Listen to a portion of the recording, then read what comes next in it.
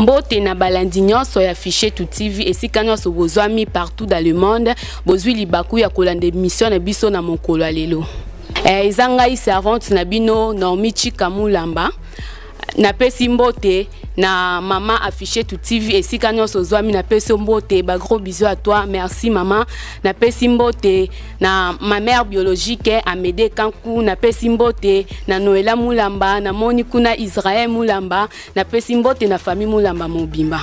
Émission na biso lelo tozolobela par rapport à ba jeune fille ba komo okota na banda kwanganga kokende kozwa kisi kokanga mibali kozwa kisi pona mibali ya mbongo balinga kokende kozwa kisi pona mibali mituka kokende ba Dubai likambo ya nda kwanganga ya ba jeune fille ekomi tellement ebele nazanga mote na kati ya plateau awa nazana Esther Grâce ba pesa biso pe ba vie na bango par rapport à ba jeune fille ba komi kokende banda kwanganga pona kozwa mibali ya mbongo pona kozwa mibali mituka kokende ba Dubai sa micro na ngai epa ya Grâce ye pe pesa biso avis na o alingi ko yebisa biso ba jeune fille.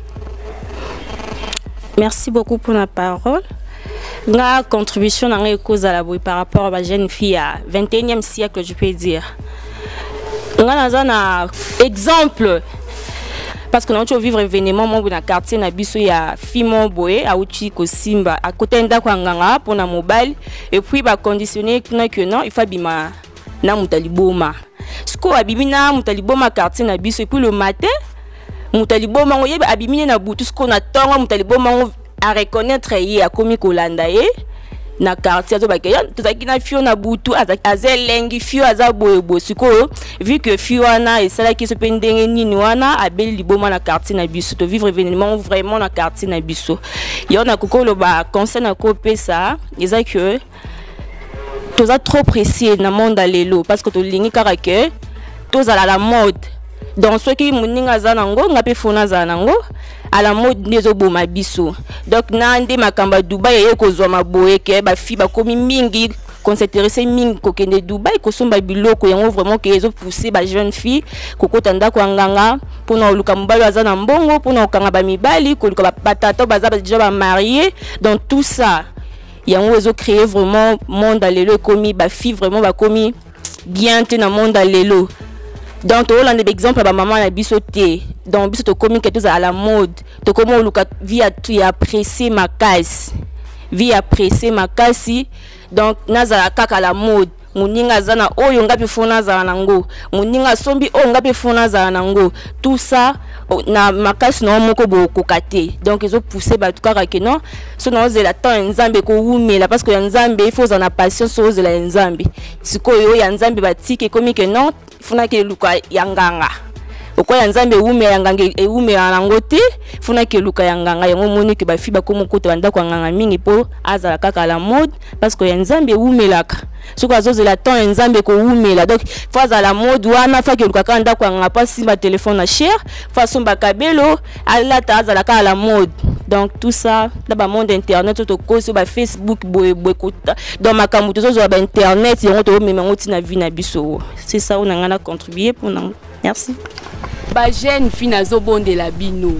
on a nini kokeko bebisa nzoto na yo na fertilité mokili donc so bibelo bi vanité de vanité tout est vanité à quoi bon ozo bilo nyonso mokilo bungisa bomo na yo ya nzambe ate umela katango yaka pona libela tango nzamba pesaka atalaka identité ya moto te atalaka niveau d'étude ya moto te alokotaka na se atomboli likolo siko à quoi c'est okine ndo kangango ki okozwa kisi okanga mobala batu surtout ba hors maria batu ba mona nde ba problème OK oza hors maria na se planer atambola na mutu kaboke kozwa kisi po bimakana hors maria batu Dubai okendaka Dubai aller retour muninga somba téléphone ya cherbwe onga peka fona somba téléphone muninga za na kabelo onga pe fona somba kakabelo donc eza bien te biso ba jeune ngai dans le baboy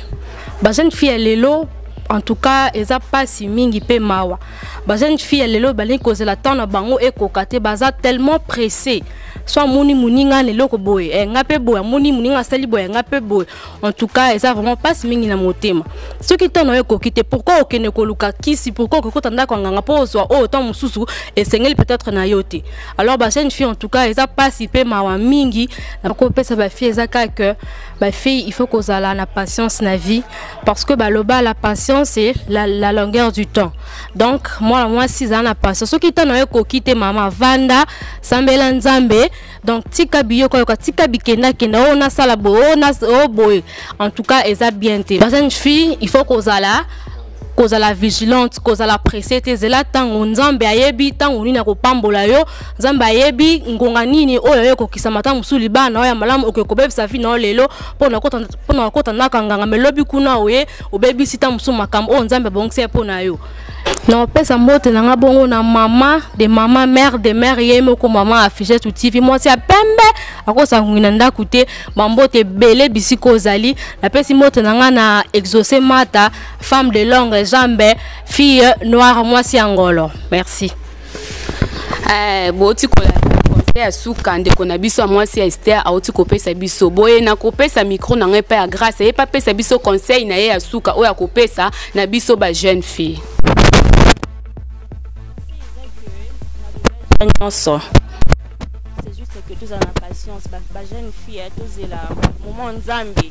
Tu es tellement qu'une vie au la mutu, au simba téléphone à cher au simba. Tu es tellement que ba voyage et au ba voyage. Alors tout ce que vie appréciée, pour les accueils, au kenda kwanganga et puis à kolo bano qui na vino au bota les susciter ce que bali. Ndakwanga eza pona moment ka wana ki OK pour osomba téléphone osimba bambongo alors long suko ko balo za mwasi oliko tanda kwa libala suko kinganga na lobaki ki faut pesa bana na onyoso pesa ki jaba na nyonso suko ko tanda kwa libala ko tate ko kanga banoko bandoki batata mwasi ko bazata en dehors makambo wana ko mokanga bon bandoki donc conseil zaka que tous en patience.